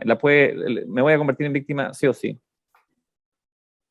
Muchas gracias, Dani. Ya no tenemos más preguntas, quiero darte las gracias. O sea, fue súper buena la exposición. Creo que chuta, de repente si uno supiera más, se queda con más miedo pero deja harto, encuentro yo, la pelota en nuestra cancha. O sea, las personas somos como la primera barrera de entrada y entender que, claro, nosotros o nuestro computador está conectado generalmente o a la red de la casa, en el trabajo, así es la puerta de entrada a todo el sistema. Entonces, no es que seamos nosotros, sino que estamos, como decías tú, conectados a ecosistemas. Entonces, Sí, es súper importante tener esa conciencia y por lo tanto tratar de tomar pequeñas acciones. eh, a veces, claro, nos va a tomar quizás después más de un segundo tener que buscar. exacto. Yo tengo como una aplicación donde guardo las contraseñas, pero sí he generado este hábito de generar contraseñas diferentes para todas las cosas, el ir cambiándolas también cada cierto tiempo. Chuta, son cosas que toman a uno más tiempo, pero uno por lo menos ya tiene esa sensación de seguridad. Cambié también este tema de verificación de 2 pasos en general a todas las cosas, eh, y ser conscientes que en realidad, chuta, ya cambió la realidad y es necesario Mm, hacerlo. O sea, no me puedo quedar o hacer la vista gorda de que puedo seguir funcionando como antes. O sea, son hábitos necesarios y hay que seguir, ¿cómo se llama?, en esa senda. ¿Ah? Se exacto. agradece mucho tu tiempo. Sé que estabas además con muchas cosas, así que muchas gracias. ¿Ah? Y también muchas Bueno, gracias a la gente que ha estado con nosotros. Ah, mira, la Eric, última, antes de que Eric, no... sí, sí, te iba a decir que Constanza hizo una pregunta, Sí, se la voy a contestar al tiro, y la contesto y me despido. Esta es una súper buena pregunta porque, por ejemplo, cuando existen tentativas, por ejemplo, de ingresos a un correo electrónico, a un perfil de Facebook, en realidad no se debe hacer la denuncia. ¿Por qué? Porque la tentativa, en el caso chileno, no está considerado como un delito. Por lo tanto, las tentativas para acceder a sistemas informáticos, a correo electrónico, a redes sociales, no se denuncian. Ahora, en el caso, a lo mejor que Constanza, tratando de interpretar lo que me pregunta, supongamos si lograron ingresar su cuenta de correo o lograron ingresar a lo mejor a su perfil en el banco, ¿cierto? Pero no realizaron ningún movimiento, eso igual lo puede denunciar, porque hubo, más allá si no se concretó el fraude, pero sí hubo un acceso indebido, y eso es un delito informático. O sea, si yo accedo sin consentimiento, digamos, a mi cuenta de correo, a un perfil de Facebook, a mi cuenta en el banco, esa situación es denunciable, pero si básicamente no se concretó la estafa, porque hay que separarlo, ¿cierto? La estafa propiamente tal, si hubo un intento así como que alguien te quiso vender algo, un producto, y tú te diste cuenta que era un engaño, esa situación no es denunciable tampoco, porque la tentativa en estafa en Chile tampoco constituye un delito, ¿ya? Entonces, y ahí hicieron compras con tarjetas, pero al reversé las compras y tengo los datos. Bueno, en ese caso, si la compra se concretó y efectivamente logró reversar y todo el tema, pero la compra existió. Entonces, el delito sí se cumplió, o sea, el tipo penal sí se cumplió.